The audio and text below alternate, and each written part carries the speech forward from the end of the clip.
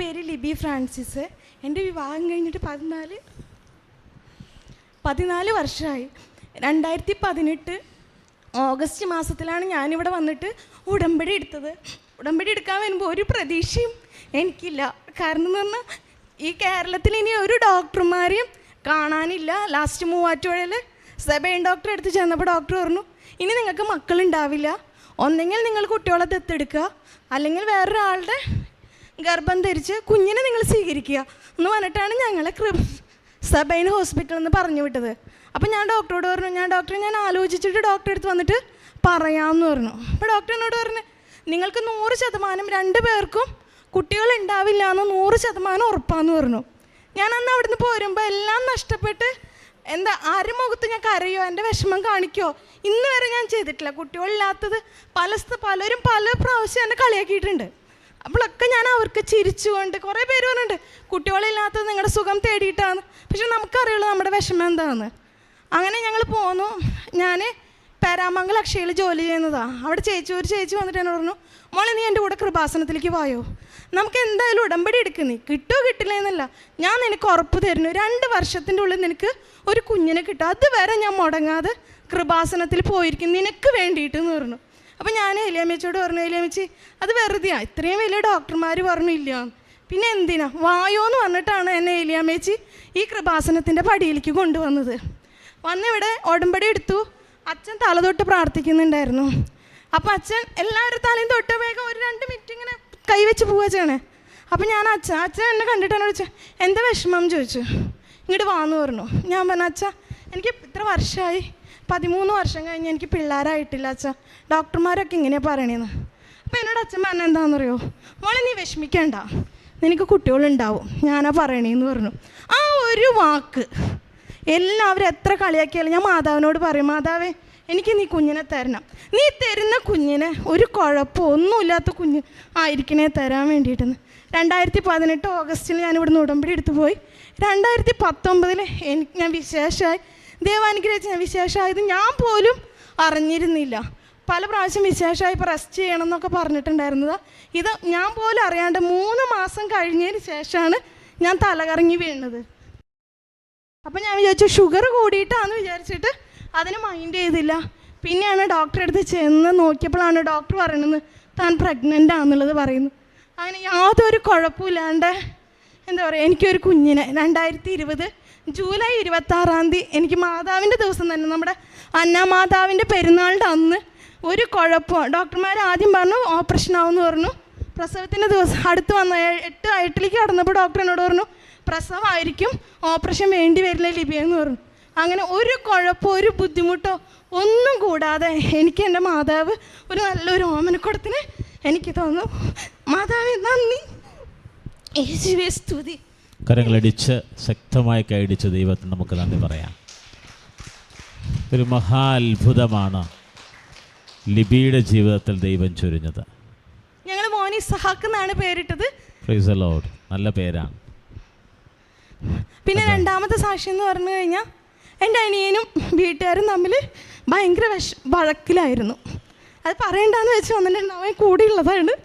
അതുകൊണ്ടാണ് മാതാവിൻ്റെ അടുത്ത് വന്നപ്പോൾ ഞാൻ മാതാവിനോട് പറഞ്ഞിരുന്നു, എൻ്റെ അനിയനും അപ്പനും അമ്മയും എല്ലാവരും കൂടിയിട്ട് സ്നേഹത്തിൽ പോണേ, വഴക്കൊന്നും ഉണ്ടാവരുതെന്ന് പറഞ്ഞു. അതേപടി തന്നെ 2020 ഒക്ടോബറിൽ നവംബർ ലാസ്റ്റിൽ അവൻ ഞങ്ങളുടെ വീട്ടിലേക്ക് വരികയും ചെയ്തു. അതും മാതാവ് തന്ന വലിയൊരു അനുഗ്രഹമായിരുന്നു. ആരോട് പറഞ്ഞില്ലെങ്കിലും ഉള്ളിൽ ഞാൻ അവന് വേണ്ടിയിട്ട് ഒരുപാട് പ്രാർത്ഥിച്ചിട്ടുണ്ടായിരുന്നു. ഇന്ന് അതേപടി തന്നെ ഞാൻ അവനെയും കൊണ്ട് കൃപാസനത്തിലേക്ക് വന്നത്. വരാൻ പറ്റുമെന്നൊന്നും അറിഞ്ഞിരുന്നില്ല, എങ്കിലും ഞാൻ അവനോട് ഓരോന്ന് പറഞ്ഞ് ഞാൻ അവനെ ഇങ്ങോട്ട് കൊണ്ടുവരടക്കം ചെയ്തിട്ടുണ്ടായിരുന്നു. അത് ദൈവത്തിൻ്റെ വലിയൊരു അനുഗ്രഹമാണ്. അനുജൻ്റെ പേരെന്താണ്? ലിബൻ. വൈഫ് ദിവ്യ. ലിബനും ദിവ്യ ഇവിടെ ഉണ്ടോ? ഉണ്ട്. ഇങ്ങോട്ട് വന്നേ. ലിബനും വൈഫ് ഇങ്ങോട്ട് വാ. ദൈവം കൊടുത്ത വലിയ അനുഗ്രഹമാണ്. ഈ 2 അനുഗ്രഹമാണ് ഞാൻ മാതാവിനോട് ആദ്യമായിട്ട് ചോദിച്ച 2 അനുഗ്രഹം. ആ 2 അനുഗ്രഹം 6 നിയോഗം എഴുതാന്ന് പറഞ്ഞിട്ടുണ്ടായിരുന്നു. ആ 6 നിയോഗത്തിൽ 2 നിയോഗം ഇത് 2 ഞാൻ വെച്ചിട്ടുണ്ടായിരുന്നു. ആ 2 എനിക്ക് മാതാവായിട്ട് സാധിച്ചു തന്നു. 14 വർഷമായിട്ട് സന്താനമില്ലാതിരുന്നു. ഇപ്പോൾ ഇവൾ ആദർശികമായിട്ടാണ് വന്നത്. അച്ഛനെ ജസ്റ്റ് കാണാനുള്ള ഭാഗ്യം ലിബിക്ക് കിട്ടിയെന്നുള്ളതാണ്.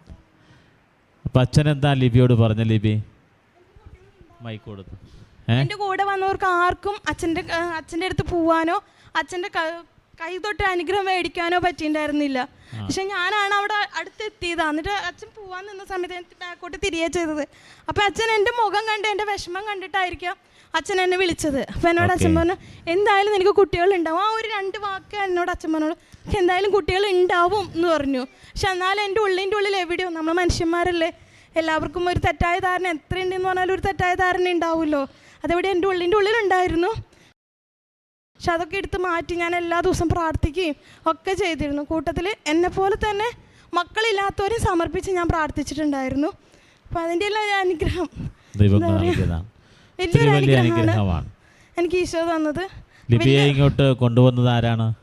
ഏലിയാമേച്ചിയാണ്. തൃശ്ശൂരിൽ നിന്ന് ഏലിയാമേച്ചി എന്ന് പറഞ്ഞ ഒരു ടീമിലാണ് ഞങ്ങൾ വന്നിട്ടുണ്ടായിരുന്നത്. 3 മാസം മുടങ്ങാതെ വരാൻ പറ്റി. പിന്നെ പല പല കാരണങ്ങൾ കൊണ്ട് ഇവിടെ വരാൻ പറ്റിയില്ല. എങ്കിലും പ്രാർത്ഥന എന്നും മാധവൻ്റെ പ്രാർത്ഥന ഞാൻ 5:30 വൈകുന്നേരത്തെയും പ്രാർത്ഥന മുടങ്ങാതെ ചെല്ലിയിരുന്നു. നിങ്ങൾ കുടുംബം വിശ്വസിക്കുന്നു ദൈവം കൊടുത്ത അനുഗ്രഹമാണിതെന്ന്? ഉറപ്പായിട്ടും. കാരണം എന്ന് പറഞ്ഞു കഴിഞ്ഞാൽ വിശ്വസിക്കുന്നുണ്ട്. ഒരുപാട് ഡോക്ടർമാർ, ഇനി കേരളത്തിൽ ഒരു നല്ലൊരു ഡോക്ടർ ഇല്ല.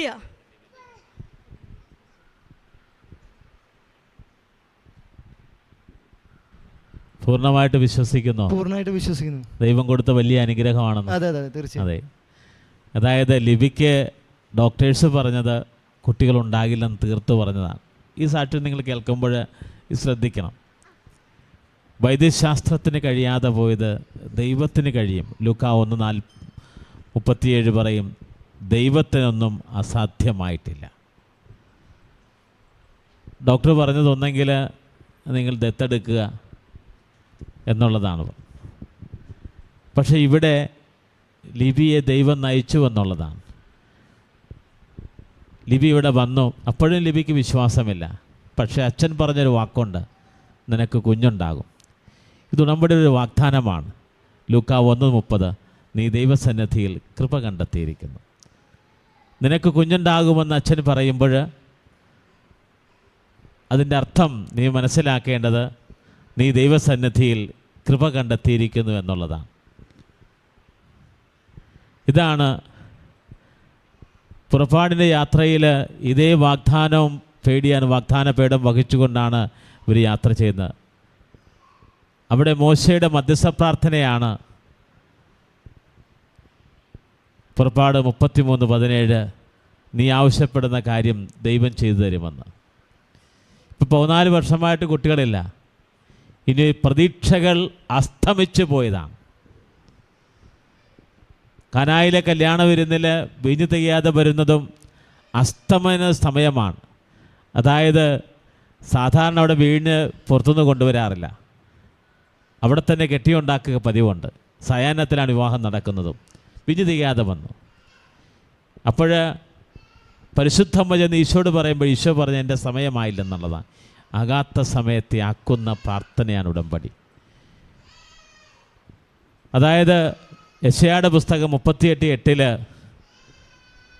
ആഹാസിൻ്റെ കടികാരത്തിൻ്റെ സൂചിക 10 ചുവട് പുറകോട്ട് നീക്കിയിട്ട് ദൈവം ഹെസക്കിയായ്ക്ക് 15 വർഷം നീട്ടിക്കൊടുക്കുന്ന ഒരു ദൈവത്തെ പഴയ നിയമം ചിത്രീകരിക്കുന്നുണ്ട്. അത് പരിശുദ്ധമ്മയാകാത്ത സമയത്തെ ആക്കാനുള്ള അമ്മയുടെ അധികാരത്തെ ദൈവം നേരത്തെ അംഗീകരിച്ചു നൽകിയിട്ടുള്ളതാണെന്നുള്ള ദൈവശാസ്ത്ര പ്രബോധനമാണത്. അപ്പോൾ ഈ ആകാത്ത സമയത്തെ ആക്കിയിരിക്കുന്നത് ഉടമ്പടി. പരിശുദ്ധമ്മ സമയത്തിൻ്റെ അമ്മയാണ്. ഉടമ്പടി പ്രാർത്ഥന സമയച്ചുരുക്കത്തിൻ്റെ സുവിശേഷമാണ്. അതുകൊണ്ടാണ് 14 വർഷമായി പ്രതീക്ഷകൾ അസ്തമിച്ചെടുത്ത് ദൈവം ശക്തിയായി തീർന്നു. ലൂക്കാ 1:49. പ്രതീക്ഷകൾ കൈവിട്ട സമയത്താണ്. പക്ഷേ ഒരൊറ്റ കാര്യത്തിലാണ് ലിബി വിശ്വസിച്ചത്. നിനക്ക് കുഞ്ഞുണ്ടാകുമെന്ന് ബഹുമാനപ്പെട്ട ജോസഫച്ചൻ, കൃപാസനത്തിൻ്റെ സ്ഥാപക ഡയറക്ടർ, മോളുടെ തലയിൽ കരങ്ങൾ വെച്ചിട്ട് പറഞ്ഞത്. അത് അച്ഛന് പരിശുദ്ധാത്മാവ് കൊടുത്ത നോട്ടാണ്. കാരണം അച്ഛൻ പരിശുദ്ധമ്മ 2 പ്രാവശ്യം നേരിൽ കാണുകയും അച്ഛൻ്റെ നാവിൽ പരിശുദ്ധ അമ്മ തൊടുകയും ചെയ്തതാണ്. അപ്പോൾ അതുകൊണ്ട് തന്നെ യോഹന്നാൻ 6 പറയും, എൻ്റെ വചനം ആത്മാവും ജീവനുമാണ്. അത് ജീവൻ്റെ വാക്കുകളാണ്. അഭിഷിക്തൻ തൻ്റെ അഭിഷിക്ത അധികാരത്താൽ ദൈവം പരിശുദ്ധാത്മാവായ ദൈവം കൊടുത്ത നോട്ടിൻ്റെ വെളിച്ചത്തിലാണ്. അത് അക്ഷരം പ്രതി നിറവേറുന്ന വലിയൊരു സാക്ഷ്യമാണിത്. അപ്പം ഇതുപോലെ സന്താനമില്ലാതെ വിഷമിക്കുന്നവർ, സങ്കടപ്പെടുന്നവർ, നിങ്ങൾ തകർന്നു പോകേണ്ടതില്ല. സങ്കീർത്തനം 127:3 പറയും, ഉദരഫലം ദൈവത്തിൻ്റെ സമ്മാനമാണ്. നീ ഉടമ്പടി ചെയ്താൽ ഈ ആകാത്ത സമയത്തെ ആക്കുന്ന ദൈവം ഉടനെ നിൻ്റെ ജീവിതത്തിൽ ഇടപെടും. അബ്രഹാത്തോട് നീ കാത്തിരിക്കുക. അബ്രഹാം 25 വർഷം കാത്തിരുന്നു. മോശയുടെ ദൈവം ദൈവത്തിൻ്റെ കൂടെ ഞാൻ ഉണ്ടെന്ന് പറഞ്ഞ് അതേ ദൈവം ഉടമ്പടി എടുത്തപ്പോൾ ലിബിയോട് പറഞ്ഞു, നീ ദൈവത്തിൻ്റെ സന്നിധിയിൽ കൃപ കണ്ടെത്തി. ഉടമ്പടി കൃപയുടെ ധാരാളിത്വത്തിൻ്റെ സുവിശേഷമാണ്. ദൈവം കൊടുത്ത അനുഗ്രഹത്തിന് നമ്മുടെ നിയമങ്ങൾ ചേർത്ത് പിടിച്ച് ദൈവത്തിന് നന്ദി പറയാം. യേശുവേ സ്തോത്രം, യേശുവേ നന്ദി.